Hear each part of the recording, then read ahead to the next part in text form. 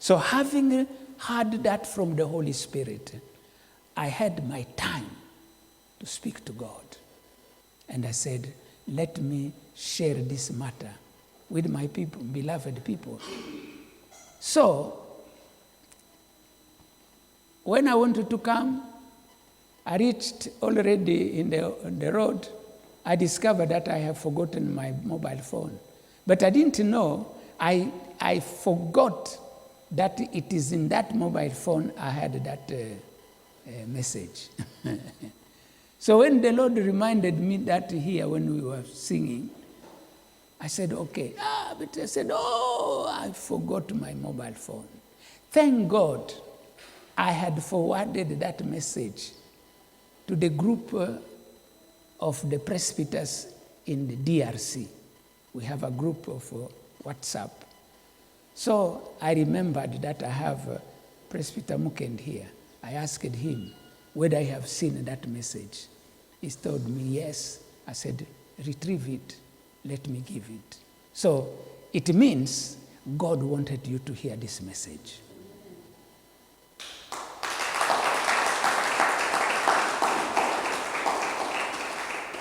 So including whatever the man of God who is going to teach us today will say, because I didn't consult him, I don't ask people to preach a particular preaching. I like the Holy Spirit himself using people the way he wants, because the Holy Spirit has the eyes to see, the Holy Spirit has the heart to feel what we are feeling, the Holy Spirit has the arm to do everything in somebody who is coming to stand on his behalf. So, brethren, without saying much, I want to call the man of God who fed us last Sunday, and we felt blessed. Today again, as he's still with us, I asked him if he can deliver whatever the Lord has put in his heart. Welcome, Presbyter Mukend.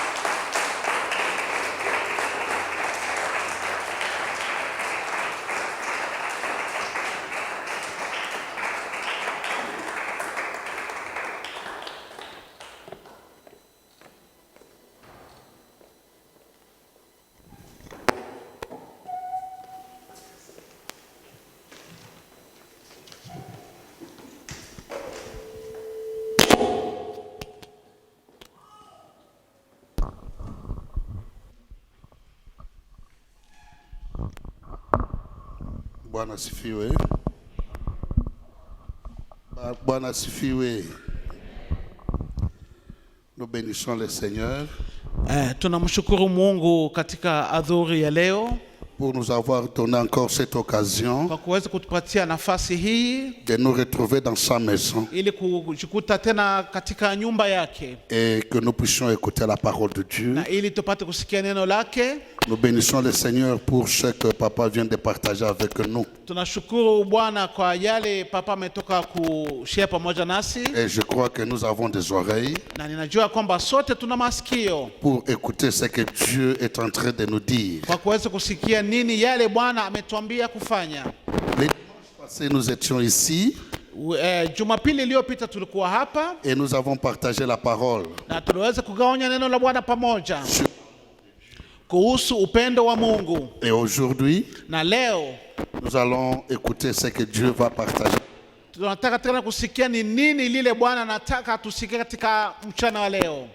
Et encore, tutaomba tena. Seigneur, nous voulons recommander ce moment entre tes mains. Baba, tunakabidhi tena wakati mikononi mwako. Tunataka utuzungumuzie. Neno lako lituongezee jambo katika mchana wa leo. Tunakushukuru Bwana katika jina la Yesu. Amina. Wapendwa, katika adhuhuri ya leo tutaweza kugawanya neno la Bwana katika kitabu cha Mathayo. Injili ya Mathayo sura yake ya 7 mstari wa 13 mpaka 17. Kitabu cha Mathayo sura yake ya 10, sura yake ya 7 Verset 13 à 17. Mathayo 16. Matthieu chapitre 16, Mathayo sura yake ya 16 verset 13 à 17. mstari wa 13 mpaka 17.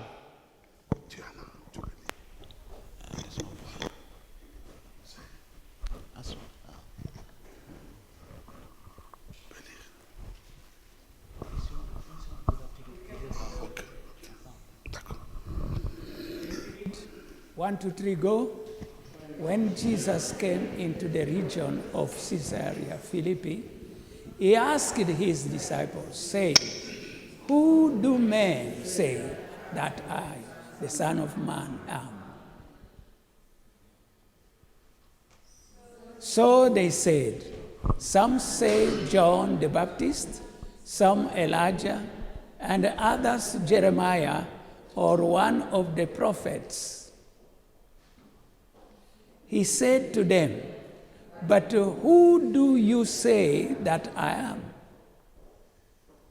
Simon Peter answered and said, "You are the Christ, the Son of the living God."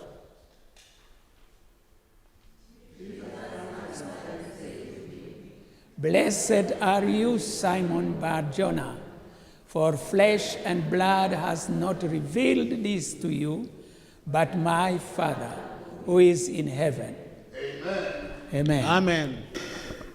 Dans ce passage Katika hii andiko que nous allons analyser, tunataka tuchunguze kwa pamoja parler du Saint-Esprit. kupitia uongozi wa Roho Mtakatifu. Les disciples de Jésus, Wanafunzi wake Yesu ils considéraient Jésus walikuwa wakimtazama Yesu comme leur maître. kama Bwana wao, Voilà pourquoi, quand ils avaient des difficultés, na ndio kwa maana wakati walikuwa katika shida ils venaient poser des questions à Jésus walikuwa wakiwa na tabia ya kuja kumuuliza Yesu maswali, parce qu'ils savaient que Jésus connaissait plus que eux. kwa sababu walijua ya kwamba Yesu alikuwa anajua mengi kuliko. Mais nous sommes dans une situation Lakini hapa tunajikuta katika hali fulani où ce ne sont pas les disciples qui posent des questions, ya kwamba sio tena wanafunzi ndio wanauliza mais c'est maswali, le maître qui pose des questions à ses bali disciples. Bwana ndio anauliza maswali kwa wanafunzi wake. Nous devons savoir une chose. Tunataka tujue jambo moja. Moi, j'ai été enseignant pendant 12 ans. Mimi nimekuwa mwalimu kwa miaka 12. Et quand un enseignant pose la question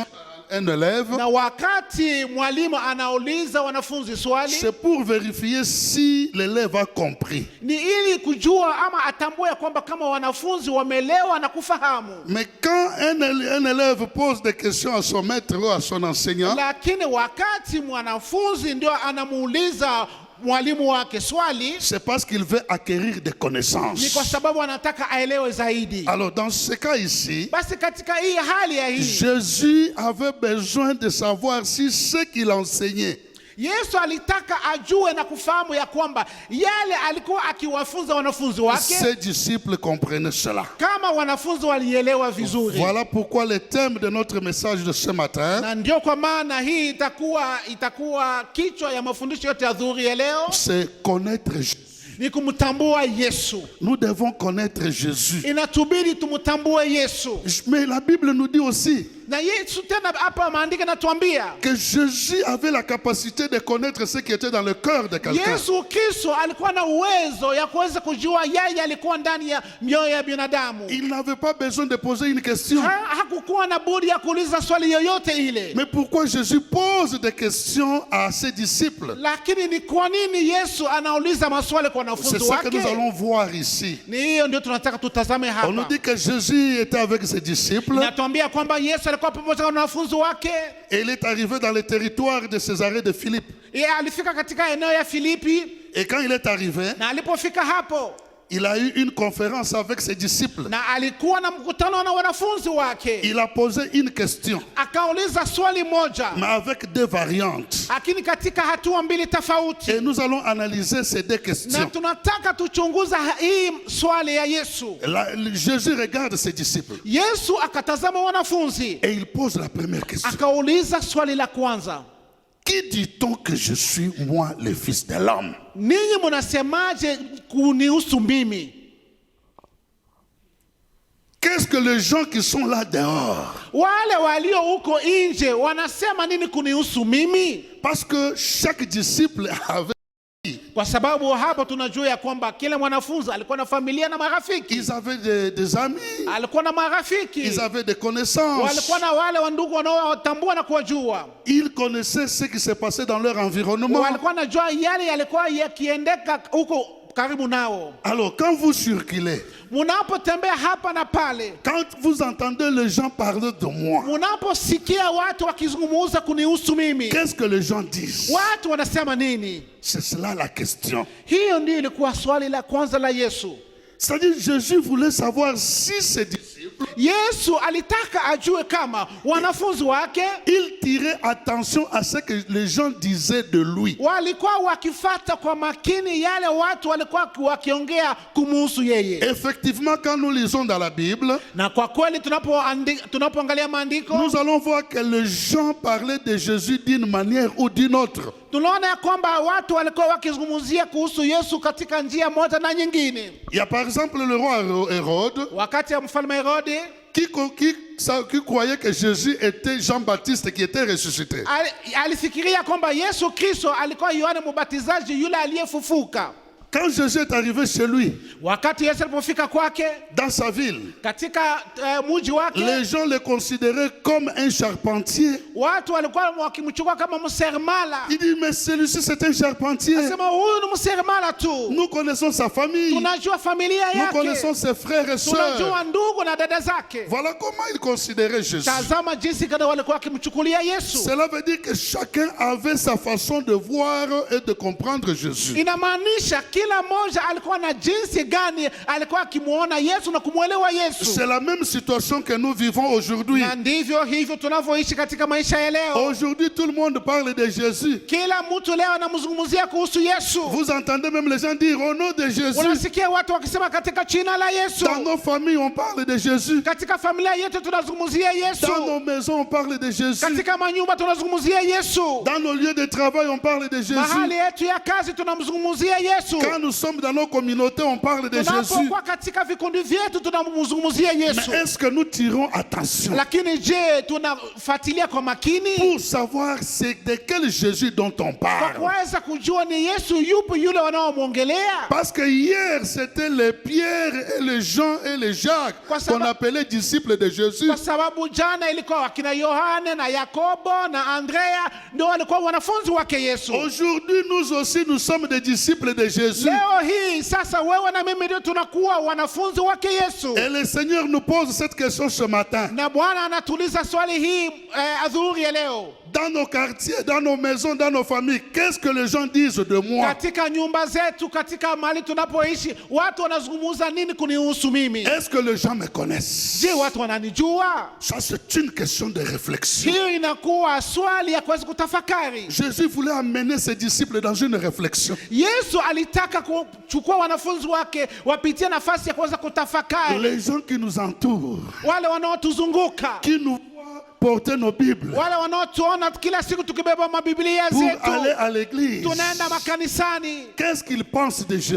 wanafikiria nini kuhusu huyu Yesu? Parce qu'ils peuvent aussi nous poser des questions. Kwa sababu wao pia wanaanza kutuuliza Qu'est-ce que maswali. nous allons répondre? Tutajibu namna gani? Voilà le sens de la première question. Hiyo ndio ilikuwa njia ya swali la kwanza aliyouliza wanafunzi. Nous devons prendre conscience Lazima tujue na kutambua de ce que les gens disent de Jésus. yale watu wanazungumza kumuhusu Yesu. Ça, c'était la première question. Hiyo ilikuwa swali la kwanza. La deuxième question. Swali la pili, Et maintenant, ils ont répondu. na wengi wao wakajibu, kila mmoja akajibu kwa Ils ont vile dit non, les gens disent que toi, tu es un prophète.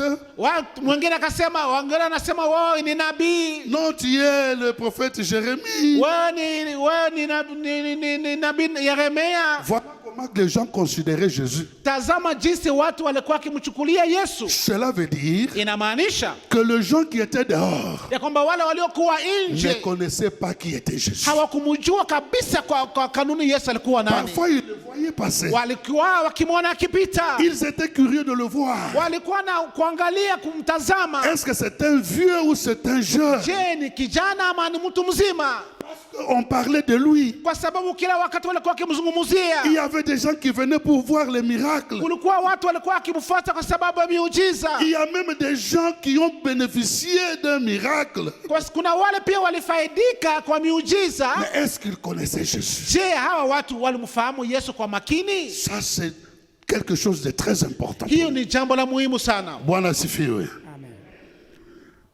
Alors, quand ils ont répondu à la question, Wakati walipojibu swali, Jésus revient encore à la charge. Yesu tena akarudi tena kwa mara ya pili. Oui, ça c'est ce que les gens du dehors disent. Akasema sawa basi. Haya ndio wale watu wa nje wanasema Ils disent kuhusu que moi je mimi. suis un prophète. Wanasema mimi ni nabii. Ou bien je suis Jean-Baptiste. Wengine wanasema mimi ni Yohana Mbatizaji. Je suis Jérémie. Wengine wanasema mimi ni Yeremia. Mais maintenant, Sasa vous nyinyi qui êtes avec moi, nyinyi mulio karibu na mimi, qui passez le temps avec moi, munapitisha nafasi nyingi mkiwa pamoja nami, qui marchez avec moi, munatembea pamoja nami, qui dites-vous que je suis? munasemaje mimi ni nani? Est-ce que vous pouvez voir quelqu'un, un mari qui a déjà fait 30 ans avec son épouse? Je, umewahi kuona mume yule amefanya kama miaka 30 na mke wake, Et un jour il se lève le matin na siku moja asubuhi anaamka et il pose une telle question à son épouse? anauliza swali kama hiyo kwa mke wake, Qui dis-tu que je suis? wewe mke wangu nasema mimi ni nani? C'est comme une question banale. Ni kama swali moja haina kichwa haina mguu. Même son épouse serait étonnée. Hata mke anaweza kushangaa. Mais nous sommes ensemble. Tuko na wewe kila siku. Nous passons le temps ensemble. Tunaishi pamoja. Ça fait 30 ans que nous sommes dans le mariage. Miaka 30 tuko pamoja na wewe ndani ya ndoa. Mais comment tu peux me poser une telle question? Unawezaje kuniuliza swali kama hili? C'est la même chose avec Jésus. Na hivyo ilivyokuwa pamoja na Yesu Kristo. Je pense que quand Jésus a posé cette question-là, nafikiri wakati Yesu alipouliza hii swali, les disciples étaient étonnés. wanafunzi walistajabu. Il peut nous poser une telle question. Anawezaje Yesu kutuuliza swali Il kama peut hili? poser la question pour ceux qui sont dehors. Aliuliza swali kwa walio nje. Mais nous sommes avec lui. Sisi tuko pamoja naye. Est-ce que vous croyez que Jésus, en posant cette question, il ne savait pas? Je, unafikiria Yesu alipouliza swali hii alikuwa hajui lini alikuwa akiuliza? Il connaissait ses disciples. Alikuwa akijua wanafunzi wake. Il voulait avoir les réponses. Alitaka apate jibu kutoka kwao. Vous savez, quand nous lisons la Bible, tunaposoma Biblia, nous allons voir tunaona que malgré ces gens avaient passé beaucoup de temps avec Jésus, haijalishi hata watu walipitisha muda mrefu mais pamoja na ils ne le Yesu, connaissaient pas très bien. lakini hawakumtambua kwa makini. Ils marchaient avec Jésus, Walitembea pamoja na Yesu, mais ils ne connaissaient pas très bien lakini Jésus. hawakumjua Yesu vizuri. Un jour, Siku moja ils étaient dans une barque walikuwa katika mtumbu, en train de traverser, walikuwa wakivuka upande wa pili, et il y a eu un vent, na ilikuwa na dharuba, il y a eu la tempête, ilikuwa na dharuba, et la barque était en train na de hiyo bouger. mtumbu ikaanza kutikisika. Jésus était avec eux. Yesu alikuwa pamoja nao. Mais la Bible nous dit, Biblia inatuambia ils dormaient. alikuwa akilala. Ils ont commencé à crier. Wakaanza kulia, Ils ont commencé à crier. wakaanza kupaza Ils ont sauti, commencé à crier. wakaanza kupaza Comme si sauti Jésus n'était pas là. kama Yesu hakuwa karibu. Ils disent, mais pourquoi toi tu dors pendant que nous sommes en train Wanamuuliza, de mourir? mbona Yesu unalala sisi tukiangamia? Mais Jésus était calme. Yesu akanyamaza, Il s'est réveillé. akaamuka. Et la Bible nous dit, Biblia inatuambia ya il a kwamba donné l'ordre au vent. akaleta amri, Il a donné l'ordre à la tempête. akatoa amri kwa hiyo Le dharuba, vent et la tempête se sont na hiyo calmés. dharuba ikatulia. Et ces gens ont posé la question, Na wakajiuliza, qui est cet homme huyu ni mtu gani huyu? que même le vent Hata dharuba peut obéir? inamutii. Qui est cet homme? Huyu ni mtu wa namna gani? Ça montre qu'il ne connaissait pas très bien. Inamaanisha kwamba hata wanafunzi walikuwa hawajamjua Ce vizuri. sont des situations qui nous arrivent Ni vitu hali inayotufikia vile pendant que vile. nous sommes des chrétiens. Wakati tunapokuwa Wakristo, Il peut y avoir des tempêtes dans notre inaweza vie. kuwa na dharuba ndani ya maisha. Les tempêtes peuvent venir dans nos Dharuba familles. inaweza kuja ndani ya familia. Des situations difficiles peuvent Hali arriver. ngumu inaweza kutujia. Et pendant ce temps-là, Na wakati kama hiyo, notre comportement hali mwenendo yetu peut montrer inaweza kuonyesha que nous ne kwamba connaissons pas Jésus. ya kwamba tumjue Yesu. Vous verrez même des chrétiens, Unaweza kuona hata Wakristo pendant qu'ils passent par des moments difficiles, wakati wanapopitia wakati mgumu, abandonner la foi. wanaacha imani, commencer à renier la foi, wanaacha kukana imani, oublier même les passages bibliques, hata wakitumia maandiko ndani ya Biblia, oublier tout ce qu'on a enseigné à l'église, wakisahau yote waliofunzwa katika kanisa, et commencer à chercher des solutions ailleurs. na kuanza kutafuta solution huko nje. Bwana asifiwe. Bwana asifiwe.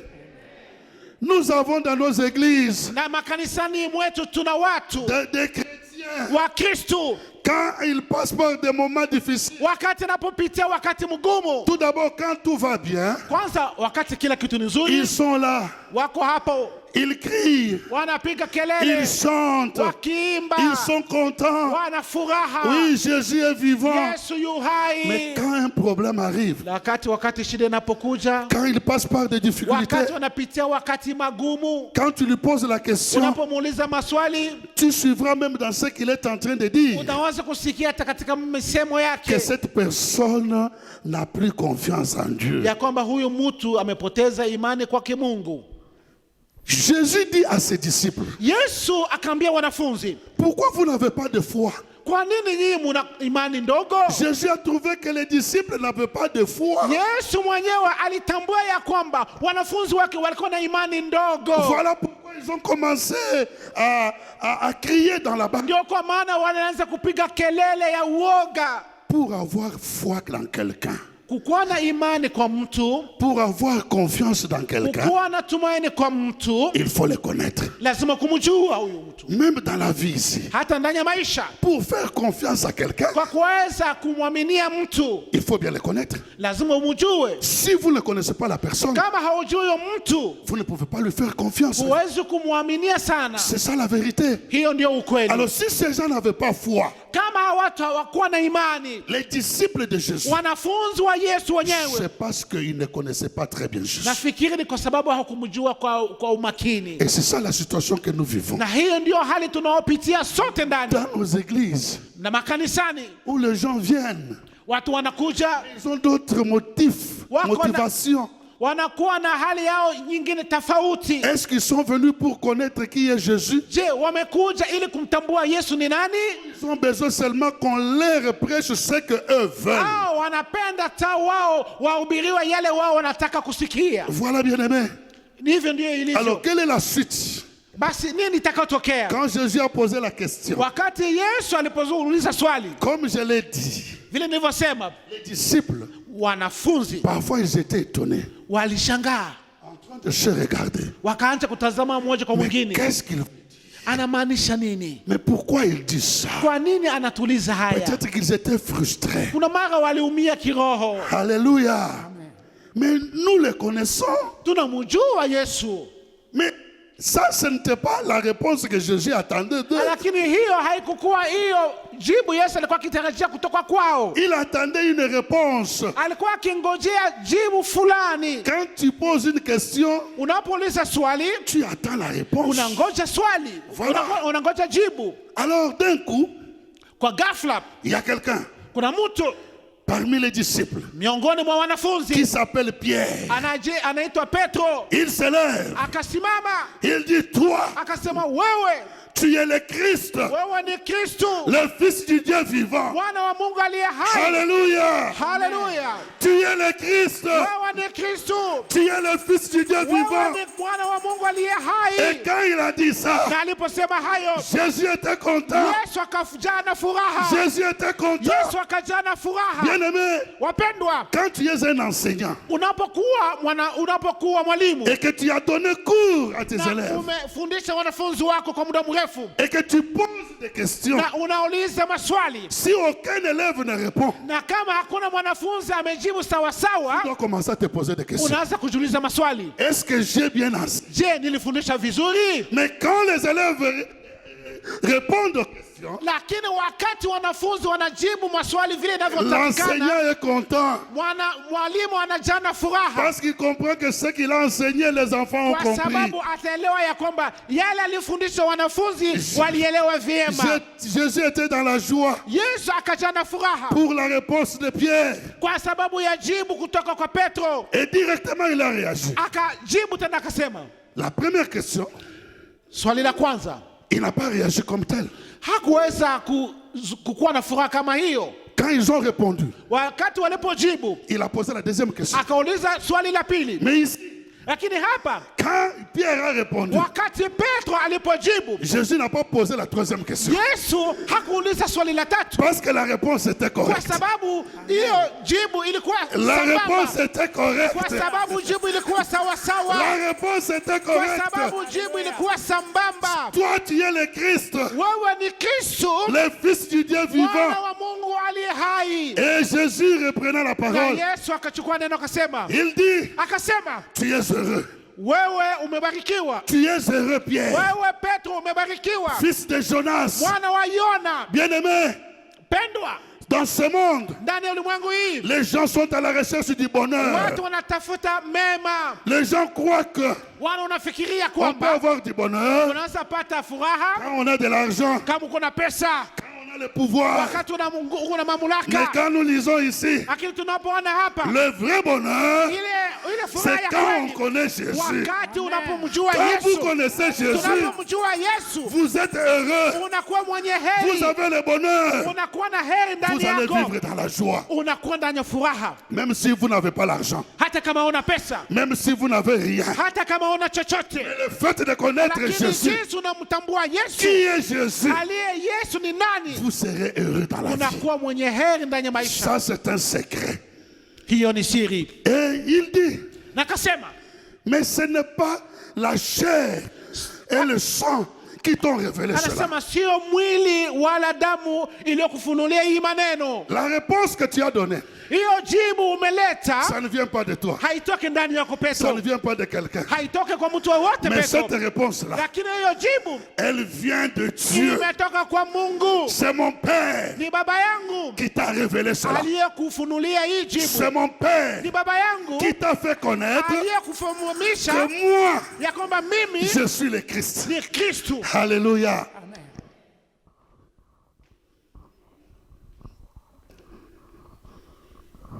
Le Christ. Analysons tout d'abord la réponse de Pierre. Tuangalie kwanza, tutafakari na tuchambue kidogo hiyo jibu yake Petro, Pour que nous puissions comprendre ili tupate kuelewa tena son zaidi importance umuhimu wake et son impact na umuhimu na nguvu yake dans notre vie ndani ya maisha yetu et dans le monde. na ndani ya ulimwengu. Il dit Akasema, que Jésus est le Christ. asema Yesu wewe ni Kristo. En grec veut dire Christos. Yaani inasema Kristos, C'est-à-dire celui qui est oint. ya kwamba ni yule aliyempakaliwa mafuta, Celui qui est oint. ule aliyepakaliwa mafuta. Jésus Yesu est celui qui a été oint. mpakaliwa mafuta wa Bwana, Oint par son Père. aliyepakaliwa mafuta na baba yake. C'est là Jésus. Ndio maana ya Yesu. Toi, Wewe tu es le oint. wewe ni mpakaliwa mafuta, Le Fils du Dieu vivant. mwana wa Mungu aliye hai. Le mot Christ Maana ya Kristu veut dire inamaanisha celui qui est oint. ule aliyepakaliwa mafuta, Mais le nom Jésus lakini maana ya Yesu veut dire inamaanisha celui qui est venu pour sauver son peuple du péché. yule aliyekuja kuokoa watu wake kutoka dhambi zao. Et quand nous combinons les deux, Na tunapoweka haya yote mawili, Jésus-Christ Yesu Kristu veut dire inamaanisha celui que Dieu a choisi. yule Mungu aliyechagua. Un, celui que Dieu a choisi. Kitu ya kwanza, yule Mungu aliyechagua.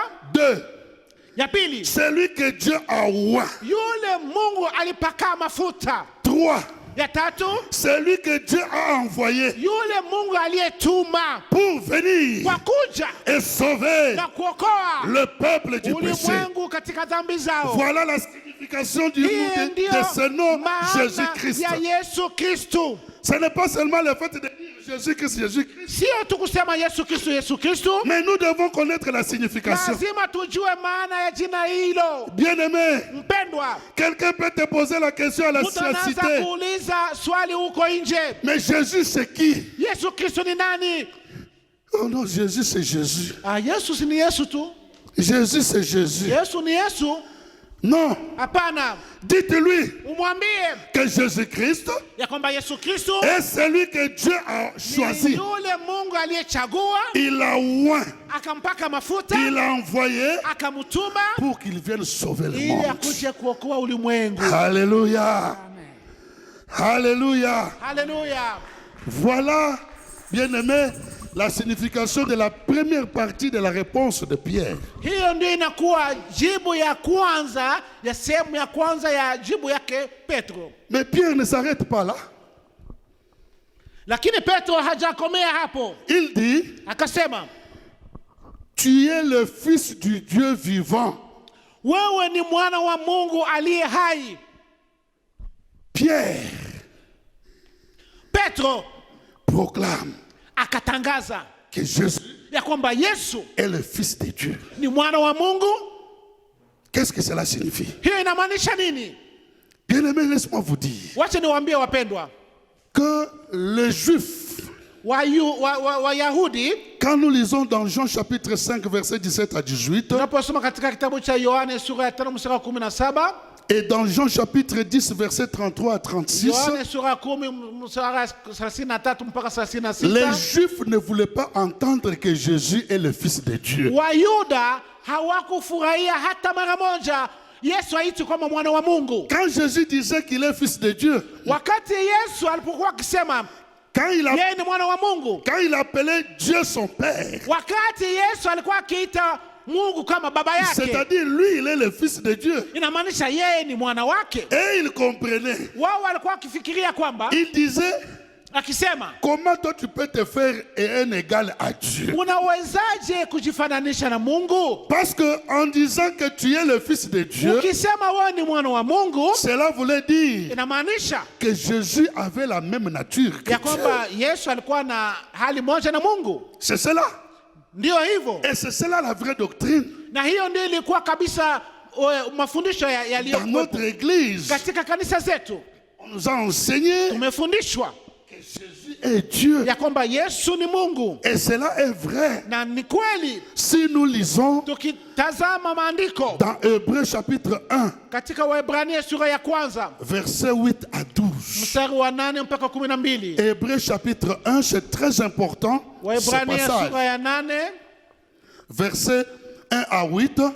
1 mpaka 8. Vous allez voir la déclaration de Dieu. Utaona jinsi Mungu akisema, La déclaration de Dieu en faveur de son fils Jésus. Mungu akitangaza kuhusu mwana wake Yesu Kristo. Il appelle son fils Akaita mwana wake Dieu. Mungu. Munanipata? Dieu le Père. Mungu Baba Il appelle son fils anaita mwana wake Dieu. Mungu. Cela veut dire quoi? Inamaanisha nini? Cela veut dire que Jésus Inamaanisha kwamba Yesu est Dieu. ni Mungu. Let us read the scripture. 1, 2, 3, go. But To the Son he says, your throne, O God, is forever and ever.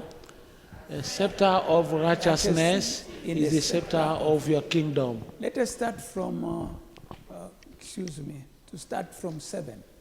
Because we will see the connection. Who is talking? 1, 2, 3, go. For to which of the angels did he ever say, You are my son. Today I have forgotten you, and again I will be to him a father. and he shall be to me a son. Who is speaking? To whom? To people concerning who? Jesus. So what the man of God is saying is true. This is the testimony of God himself, saying that Jesus is his son. And so Jesus is God. Hallelujah. Tumchapie Bwana makofi. Alors nous comprenons pourquoi Jésus a posé ces questions. Tunaelewa hapa ni kwa nini Yesu aliuliza hili swali. Et surtout pourquoi il a posé la question à ses disciples. Na zaidi sana kwa nini aliuliza kwa wanafunzi Là où il wake. voulait les amener Mahali alitaka kuwaelekeza afin qu'ils les connaissent effectivement. ili wapate kumtambua kwa makini. Alors si Jésus est Dieu, Kama Yesu ni Mungu, alors il est le sauveur. inamaanisha yeye ni mwokozi. Parce que Dieu est Kwa sauveur. sababu Mungu ni mwokozi. Alors nous comprenons pourquoi Jésus est venu. Tunaelewa sasa ni kwa nini Yesu alikuja. Bien-aimés dans le Seigneur, Mpendwa ndani ya Kristo, les gens qui sont dehors, wale walio nje, les gens qui vivent dans le péché, wale wanaoishi ndani ya dhambi, les gens qui vivent dans les wale ténèbres, wanaishi ndani ya giza, ils ne connaissent pas Jésus hawamjua Yesu parce qu'ils n'ont pas la révélation. kwa sababu hawana ufunuo. Pierre avait eu la révélation, Petro alipata ufunuo, mais eux n'ont pas cette lakini révélation-là wao hawana hiyo ufunuo parce que leur kwa intelligence, sababu akili yao, comme Paul le dit vile Paulo anasema dans 2 Corinthiens chapitre 4, katika Korinto ya pili sura ya 4 versets 3 à 4. mstari wa 3 mpaka 4. Et je voudrais que nous lisions aussi ce passage parce qu'il est très important. Nikitaka pia tupate kusoma hiyo andiko 2 Corinthiens chapitre 4, wa Korinto ya pili sura yake ya 4 versets 3 à 4. mstari wa 3 mpaka 4. Si nous pouvons lire. Tunaweza kusoma kwa pamoja. But 1, 2, 3, go. But even if our gospel is veiled, it is veiled to those who are perishing, whose mind the God of this age has blinded, who do not believe, lest the light of the gospel of the glory of Christ, who is the image of God, should shine on them.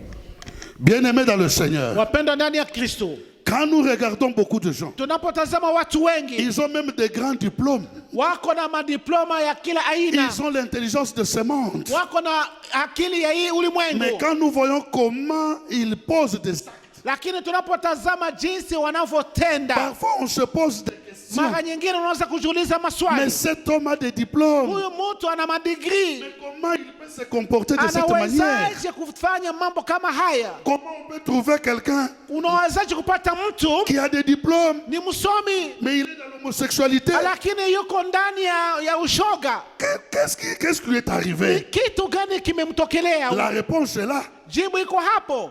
Son intelligence Akili yake est aveuglée. imepofushwa, Il ne peut pas comprendre les choses hawezi kuelewa parce que kwa l'intelligence sababu akili nous aide à comprendre les choses. inatusaidia ili tuelewe maneno. Mais quand l'intelligence est Lakini aveuglée, wakati akili quand imepofushwa, l'intelligence est dans les wakati ténèbres, akili iko ndani ya vous giza, verrez cette personne commencer à poser des actes qui sont contraires à utaona ce huyo qui est mtu normal. ataanza kufanya matendo yaliyo kinyume na kawaida ya maneno. Voilà pourquoi Ndio kwa maana c'est de notre responsabilité. ni jukumu letu Nous, en tant que disciples de Jésus, sisi kama wanafunzi wa Kristo, nous avons une grande tuko na responsabilité jukumu kubwa de connaître réellement qui est Jésus ya kutambua kweli kweli Yesu ni nani, et d'aller vers ces na personnes-là, kwenda kwa hawa watu wengine, ceux qui sont aveuglés par wale le Dieu de ce siècle, waliopofushwa na Mungu wa hii ulimwengu, ceux qui sont aveuglés par le diable. wale waliopofushwa na shetani. Ils ont besoin Wanahitaji que nous leur parlions, ili tupate kuwaambia que kuhusu nous Yesu, leur disions qui est Jésus. tuwaambie Yesu ni nani. Mais si nous-mêmes, Kama sisi wenyewe nous ne connaissons pas réellement Jésus, hatujua Yesu kama ni nani, comment nous pouvons aller le présenter aux autres? tutawezaje kwanza kuhubiria watu wengine? Voilà la responsabilité. Hiyo ndio jukumu tunalo. Voilà pourquoi l'Église Ndio kwa maana kanisa est une école de formation. ni mahali ya kujifunza. Nous venons pour être formés Tunakuja ili tufunzwe, afin que nous y allions ili tuende huko et que nje, nous apportons les ili témoignages. tupate kubeba ushuhuda. Bien-aimés, Wapendwa, le témoignage que nous devons apporter au monde. ushuhuda ili natubidi sisi tupeleke huko nje. Bwana asifiwe. Bwana asifiwe tena. Amen. Le témoignage que nous devons apporter au monde Ushuhuda ili natubidi sisi tupeleke huko nje doit être en accord lazima ikuwe na kuambatana avec le témoignage du na ciel ushuhuda ya mbinguni concernant Jésus. kumuhusu Kristo. Le problème que nous avons, Shida tunayo nous apportons un autre témoignage. tunapeleka ushuhuda nyingine. Voilà pourquoi nous n'avons pas d'impact. Ndio kwa maana haina msingi. Voilà pourquoi la vie des gens ne change pas. Ndio kwa maana maisha ya wengi haibadiliki. Comme je l'avais dit la fois passée, le Vile dimanche nilisema passé, wakati uliopita, quelqu'un va dans l'évangélisation mtu anaenda katika kazi ya uinjilisti pour aller prêcher. kwenda kuhubiri, Non, viens à Jésus. kuja kwa Yesu Il va te donner le mariage. atakupatia ndoa. Donc viens à Jésus. Kuja kwa Yesu Il va te donner du travail. atakupatia kazi. Voilà le témoignage qu'il apporte. Hiyo ndio ushuhuda mtu anakuja nayo katika Ou bien il dit, wokovu. viens à notre église. Ama anasema kuja kanisani kwetu. Bien-aimé, Wapendwa, quand nous allons, tunapoenda nous nje devons témoigner Christ. lazima tumshuhudie Kristu. Nous ne témoignons pas l'église. Hatutashuhudia kanisa, Nous témoignons Christ. tunashuhudia Kristu, Le témoignage du ciel. ushuhuda ya mbinguni. Regardons le témoignage du ciel. Tazama ushuhuda mbinguni S'il concorde avec ce que Pierre a dit. kama inaambatana na yale Petro alisema. Allons dans Luc chapitre 2. Tuangalie katika kitabu cha Luka sura yake ya pili. Luc chapitre 2, Kitabu cha Luka sura ya pili versets 10 à 11. mstari wa 10 mpaka 11. Je voudrais qu'on nous mette cela et que nous puissions lire. Tunataka tuwekewe ili tupate kusoma sote kwa pamoja. Luc chapitre 2, Luka sura yake ya pili versets 10 à 11. mstari wa 10 mpaka 11. Nous allons voir le témoignage de l'ange Tunatafuta tuangalie ushuhuda wa à malaika propos de Jésus. kumuhusu Kristo. Si nous pouvons lire cela. Tusoma sote kwa moja. 1, 2, 3. Then the angel said to him, do not be afraid, for behold, I bring you good tidings of great joy, which will be to all people. For there is born to you this day in the city of David a Savior, who is Christ the Lord.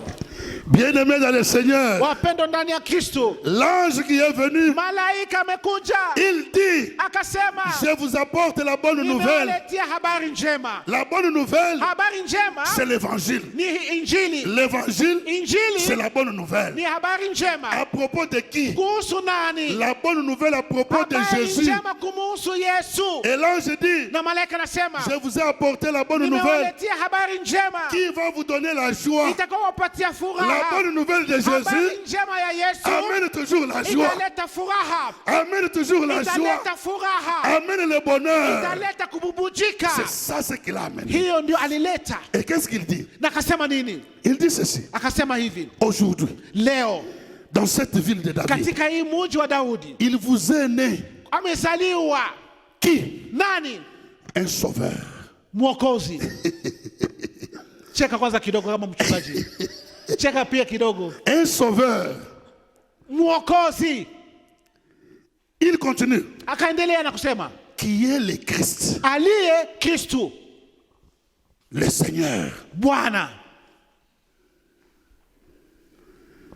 Le sauveur. Mwokozi, Qui est le Christ? aliye Kristu, Le sauveur. Mwokozi. Si nous prenons Seigneur, Kama tukichukua Bwana, cela veut dire inamaanisha nini? que Jésus est Dieu. Ya kwamba Yesu ni Mungu. Parce que Dieu, on l'appelle Seigneur. Kwa sababu Mungu anaitwa Bwana. Adonai. Adonai.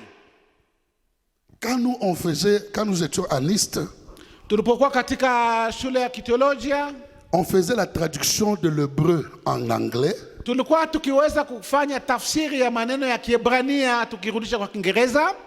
Quand nous arrivons à ce nom, Yahweh, Tukifika kwa maana ama neno Yahweh, nous ne pouvons pas écrire Yahweh. hatungeweza kuandika tu Yahweh Parce qu'on devrait avoir du respect pour ce nom-là. kwa sababu hiyo jina ilibidi iheshimike. Nous écrivons de l'autre, Tunasema Bwana, Adonai. Adonai. Cela veut dire, quand il dit que le Seigneur, Jésus est Seigneur, il veut dire que Jésus est Dieu. Inapomaanisha, naposema Yesu ni Bwana, inamaanisha Yesu ni Mungu. La deuxième chose, Jambo la pili, cet enfant qui était né, son nom c'était Jésus. yule mwana amezaliwa ameitwa Yesu. Jésus veut dire sauveur. Yesu inamaanisha mwokozi. Troisièmement, Jambo la tatu, il dit qui est le Christ. asema nani aliye Kristo? C'est-à-dire Jésus est le roi. Inamaanisha kwamba Kristo ni mpakaliwa mafuta. Voilà pourquoi nous parlons du Seigneur Jésus-Christ. Ndio kwa maana tunasema juu ya Bwana Yesu Kristo. Quand nous allons dans le monde, Tunapoenda katika ulimwengu, c'est ce nom que nous devons porter au hiyo monde. ndio jina naomba tupelekee watu huko Dire nje. aux gens Tuambie watu que Jésus est ya Seigneur. kwamba Yesu ni C'est Bwana. lui le Ni Sauveur. yeye mwokozi. C'est lui qui a été Ni roi. yeye aliyepakaliwa mafuta. C'est lui qui est venu pour le salut. Ni yeye aliyekuja juu ya wokovu. Le monde a besoin d'un sauveur. Ulimwengu inahitaji C'est mwokozi. parce que les gens Ni kwa sababu wengi n'arrivent pas à trouver le sauveur wameshindwa kumtambua qu'il y a beaucoup mwokozi. de gens qui entrent dans des loges. Ndio maana watu wanaingia katika kazi ya mazingaombwe, Ils entrent dans la magie. wanaingia ndani ya mambo ya Parce qu'ils mazingaombwe n'ont pas trouvé la porte. kwa sababu hawakupata Jésus mlango. a dit que je suis la porte. Yesu anasema mimi ndiyo mlango. Mais si on ne trouve pas la bonne Kama porte, haujapata mlango ulio on mzuri, peut frapper à une mauvaise unaweza porte. kupiga hodi kwa mlango ulio mbaya. Le monde Ulimwengu a besoin d'un sauveur. inahitaji mwokozi. Le salut, Wokovu, le terme salut maana ya wokovu a 5 choses ina mambo matano là-dedans, ndani. dans le salut. Ndani ya wokovu, La première chose, jambo la kwanza c'est la délivrance. ni ukombozi. Par le salut, Kupitia wokovu nous avons la délivrance. tunapata ukombozi. La deuxième chose, Jambo la pili c'est la préservation, ni ile ukingo, la protection. yani kukingwa. Par le salut, Kupitia wokovu nous avons la protection. La protection. tuko na ile ulinzi. La troisième chose, Jambo la tatu, dans le salut, ndani ya wokovu il y a la sécurité. kuna ile ulinzi. Celui qui reçoit le salut Ule anakuwa ndani ya est wokovu sécurisé analindwa pour la vie éternelle. juu ya maisha ya milele. La quatrième chose, Jambo la nne, dans le salut, ndani ya wokovu il y a la guérison. kuna uponyaji. Quand vous recevez Jésus, Unapompokea Yesu vous pouvez bénéficier de la guérison. unaanza kupata pia uponyaji. La guérison Uponyaji spirituelle, ya kiroho, la guérison uponyaji émotionnelle, ya hisia, la guérison uponyaji physique. ya mwili. Et la cinquième chose, Na jambo la tano, dans le salut, ndani ya wokovu il y a la vie. kuna uzima. Quand vous êtes sauvé, Unapookolewa vous avez la vie. unakuwa na uzima. Bwana asifiwe. Et le monde a besoin de ça. Na ulimwengu unahitaji haya maneno Les yote. gens qui sont dans le monde, Watu wako huko nje ils ont besoin d'être délivrés. wanahitaji wapate kukombolewa. Voilà pourquoi Ndio kwa maana Jésus voulait Yesu que alitaka si ses disciples kama wanafunzi wake connaissaient qui il était, wakijua yeye alikuwa en nani, connaissant les besoins du monde, wakijua mahitaji ya quand ulimwengu, ils vont apporter Jésus, wakati watakapowapelekea quand ils Yesu, vont parler de Jésus, wakati watakapomzungumzia il y a des Yesu, gens qui seront délivrés. kuna wale watakaokombolewa, Il y aura les gens qui auront la vie. kuna wale watakaopata uzima, Il y aura les gens qui seront guéris. kuna wale Il y a watakaobarikiwa, des gens qui seront en sécurité. kuna wale Il y a des wataolindwa, gens qui seront protégés. kuna wale watakaopata Voilà ce ulinzi. que le monde a besoin. Hiyo ndio ulimwengu unahitaji. Alléluia. Amen. Le monde a besoin de Jésus. Ulimwengu unahitaji Yesu. Bien-aimé, Mpendwa, je vais terminer nataka kumaliza, par dire, nataka kumaliza. levons-nous, Tusimame recevons la révélation de Dieu. tumpokee ile ufunuo wa La Bwana, révélation concernant Jésus. ile ufunuo kuhusu Yesu, Et allons dans le monde, na twende katika ulimwengu prêchons la bonne nouvelle. tuhubiri habari njema, Parlons déjà de Jésus tuzungumzie habari ya Yesu dans toutes les tribus. ndani ya makabila Jésus yote. a dit, Yesu amesema, allez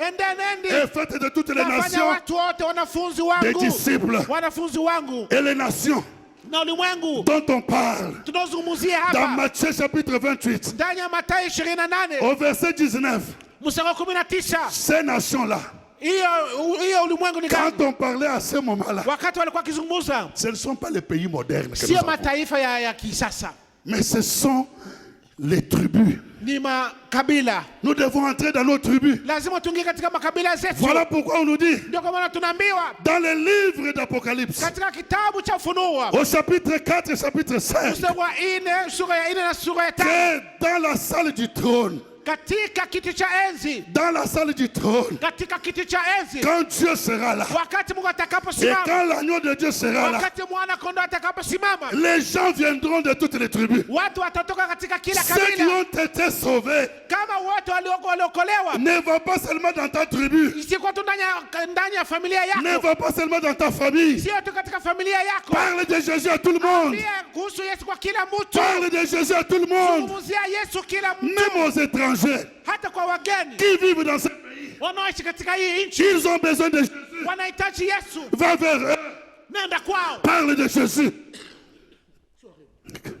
na wazungumzie kuhusu Yesu. Parle de Jésus. Wazungumzie Yesu. Entre dans ta famille, Ingia ndani ya familia yako, dans ton lieu de travail. ndani ya mahali unafanya Il kazi. y a des gens qui sont là, Kuna watu wako hapo qui sont aveuglés par le diable. wamepofushwa na shetani, Parce que toi, tu as la kwa révélation. sababu wao una ufunuo, Et ils n'ont pas la wao révélation. hawana ufunuo. Parle-leur de Jésus. Wazungumzie Yesu. Qui est Jésus? Yesu ni nani? Le Sauveur Mwokozi qui est venu aliyekuja pour nous délivrer du kuweza péché. kutukomboa kwa dhambi zetu. Parle de cela, bien-aimé. Wazungumzie kuhusu Yesu. Voilà pourquoi Ndio kwa maana nous avons besoin tunahitaji que Dieu nous donne la révélation Mungu atupatie ufunuo, et que Dieu puisse nous revêtir de sa Mungu puissance atuvike na nguvu yake afin que nous puissions aller.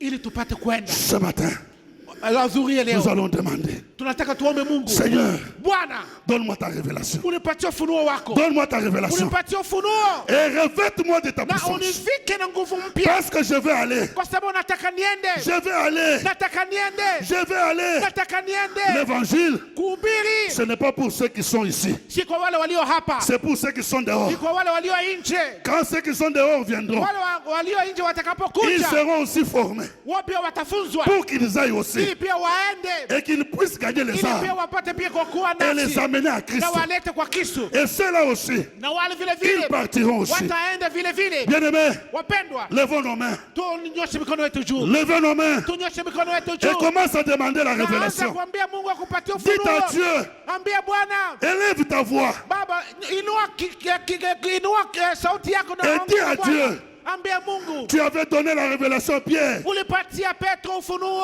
Aujourd'hui, Leo j'ai besoin de ta révélation. nataka ufunuo yako Je Bwana. veux connaître qui est Nataka Jésus. najua wewe Yesu ni Commence à nani. parler à Dieu. Acha kuongea na Bwana. Je veux voir Jésus. Nataka nikuone wewe Yesu. Je veux toucher Jésus. Nataka nikuguze wewe Yesu. Je veux entendre la voix de Nataka Jésus. nisikie sauti yako Yesu. Parle à Jésus. Ongea na Yesu. Qu'il se révèle à toi aujourd'hui. Akufunulie sasa Qu'il katika te dunia révèle à leo. toi aujourd'hui. Ajionyeshe leo. Cette parole est sortie pour toi. Hii neno imetoka kwa sababu Cette yako. parole est sortie pour Hii moi. neno imetoka juu yangu. Le Seigneur, Bwana il veut nous utiliser. anataka tutumie. Mais il faut avoir la révélation. Lakini lazima tukuwe na Demande ufunuo. aussi Ambie pia Bwana, que Dieu te revête de sa puissance. Bwana akufike na nguvu mpya. Comme il avait dit, Wakati aliposema, quand le Saint-Esprit surviendra, wakati Roho Mtakatifu atakapokuja, vous recevrez une puissance mtapokea nguvu mpya et vous serez mes témoins na mtakuwa washuhuda wangu à Jérusalem, Yerusalemu, en Judée, katika Yudea en Samarie, na Samaria, jusqu'aux extrémités de la mpaka terre. ulimwengu wote. Oui, Dieu a besoin de Yesu prédicateurs, anahitaji wahubiri, de ceux-là qui peuvent aller, lakini wale wanaweza de kwenda, ceux-là qui peuvent parler de wale Jésus. wanaweza kwenda kuzungumzia Si Yesu. toi tu ne parles pas de Kama Jésus, uzungumzia Yesu, qui autre parlera de nani Jésus? atazungumzia Yesu? Qui parlera de Nani Jésus? atazungumzia Yesu? Il n'y a que toi qui Ni peux parler wewe de tu lui. ndio unaweza kumzungumzia Yesu. Parle à Jésus aujourd'hui. Ambia Yesu, Seigneur, Bwana, je veux parler de toi. nataka nikuzungumzie, Revête-moi de ta puissance. nataka unifike na nguvu zako, Revête-moi de ta nataka puissance. unifike na nguvu. J'ai besoin de ton onction. Ninataka wako J'ai uwepo besoin de wako, ton onction. nahitaji uwepo Allez, parle wako. maintenant à Jésus. Omba Bwana, omba. Parle, Nenda bien-aimé, katika parle maombi, à nenda katika Jésus. maombi. Ongea Parle à Bwana. Jésus. Ongea na Bwana. Parle à Jésus. Ambia Yesu, Parle-lui. umwambie, Dites-lui, umwambie, je vais être un instrument. nataka niwe chombo, Je vais être un instrument. nataka niwe chombo. Bien-aimé, Mpendwa, nous avons écouté tumesikia les témoignages ushuhuda et les explications de papa. na vile papa alipotupatia tafsiri. Il y aura l'enlèvement. Itakuwa na kunyakuliwa, Il y aura l'enlèvement. itakuwa na nyakuliwa. Et Jésus a dit, Yesu amesema, j'ai d'autres troupeaux, d'autres brebis niko na kondoo zingine qui ne sont pas encore entrés dans les wenye troupeaux. hawajaingia ndani ya kundi langu. Ces brebis-là sont dehors. Wale wako wako nje, il nous envoie wanatutuma d'aller les chercher twende tuwatafute afin de les ramener ili tuwalete dans le troupeau, ndani ya kundi la Bwana, afin que le jour de l'enlèvement, ili siku ya qu'ils puissent kunyakuliwa aussi aller. pia wao wanyakuliwa Qui na va Bwana, faire ce travail? ili wafanye naye atafanya hiyo Ce n'est kazi. pas le pasteur seul, Sio mchungaji peke yake, ce ne sont pas les évangélistes seuls, sio wainjilisti peke yao, mais tous, sote nous sommes des gagneurs d'âme. sote ni watu kuweza kunyakua nafsi. Nous devons aller. Lazima twende, Dis à Jésus, mwambie Yesu, je vais aller nataka niende gagner les âmes kwenda kutafuta nafsi et les amener dans ton na royaume, kuwaleta katika ufalme wako, comme tu m'avais ramené dans ton royaume. vile ulivyonileta katika ufalme wako. Parle à Jésus. Ongea na Bwana, Parle à Jésus. omba, Parle à Jésus. ongea na Bwana. Reçois l'onction de Dieu aujourd'hui. Pokea uponyaji, pokea upako wa Bwana leo, Reçois l'onction de Dieu. pokea upako wa Bwana Que leo. Dieu te revête de sa puissance. Bwana akujaze na nguvu En mpya. sortant d'ici, Ukitoka hapa il va te conduire. akuongoze, Il va te diriger akuongoze là où il y a le besoin. mahali kuna mahitaji. Oui, Ndio, là où il y a le besoin. mahali kuna mahitaji, Comme il avait conduit Philippe vile alimwongoza Filipo chez un homme kwa mtu qu'on appelle l'eunuque éthiopien. aliyekuwa Mwethiopia. Il lisait, Alikuwa akisoma, il ne comprenait pas. hakuelewa, Et Dieu a envoyé na Philippe. Mungu akamtuma Filipo. Approche-toi de ce char. Akafika karibu na gari Et lake, quand il s'est approché, alipokaribia il est entré. akaingia, Cet homme était sauvé. huyo mtu akaokolewa. Dieu va te conduire Mungu atakuongoza par le Saint-Esprit mwambie Roho Mtakatifu afin que tu ailles pamoja nayo, là où il y a le besoin, aende mahali kuna mahitaji, là où les gens ne sont pas mahali encore watu sauvés, hawajaokoka, afin que tu leur parles de ili Jésus, uongeleshe Yesu, le vrai Jésus. Yesu wa kweli. Comme Paul le disait, Kama Paulo alikuwa akisema, je ne prêche sihubiri que Jésus Yesu crucifié ule aliyesulubiwa, qui est allé à la croix. aliyekuwa msalabani. C'est ce Jésus-là Ni ule Yesu que tu dois parler. ndio lazima uzungumzie C'est lui watu, qui est venu yule aliyekuja pour sauver le kwa monde. kuokoa ulimwengu, C'est ce Jésus-là. ni ule Yesu Kristo. Tu es l'ambassadeur du royaume. Wewe ndio mbalozi wa Kristo. Dieu t'envoie dans le monde Yesu anakutuma pour apporter la bonne ili nouvelle, upeleke habari njema, apporter l'évangile, upeleke injili, proclamer l'évangile, kwa kuleta injili afin que les gens soient ili sauvés. watu wapate kuokolewa. Voilà le message Hiyo d'aujourd'hui. ndio ujumbe wa leo, Voilà le message hiyo ndio d'aujourd'hui. ujumbe wa leo. Que Dieu bénisse chaque personne Bwana bariki kila qui a mmoja reçu ce message ule amepokea hii et neno qui prend l'engagement. na hata amechukua Et à jukumu partir d'aujourd'hui, ya kuanzia leo je vais commencer nitaanza à parler de Jésus na kuzungumzia Yesu à toutes les kwa personnes kila watu que je vais rencontrer. Je vais nitakakutana terminer naye. par dire, Nataka kumaliza nikisema, bien-aimés, mpendwa, quand nous lisons Matthieu chapitre 28, tunaposoma Mathayo 28 versets 19 à 20, mstari wa 19 mpaka 20, Jésus dit, Yesu anasema allez, enendeni, l'évangélisation, uinjilisti, gagner les âmes, kwenda kuokoa nafsi, ce n'est pas un programme, sio mpangilio fulani, c'est un style de vie.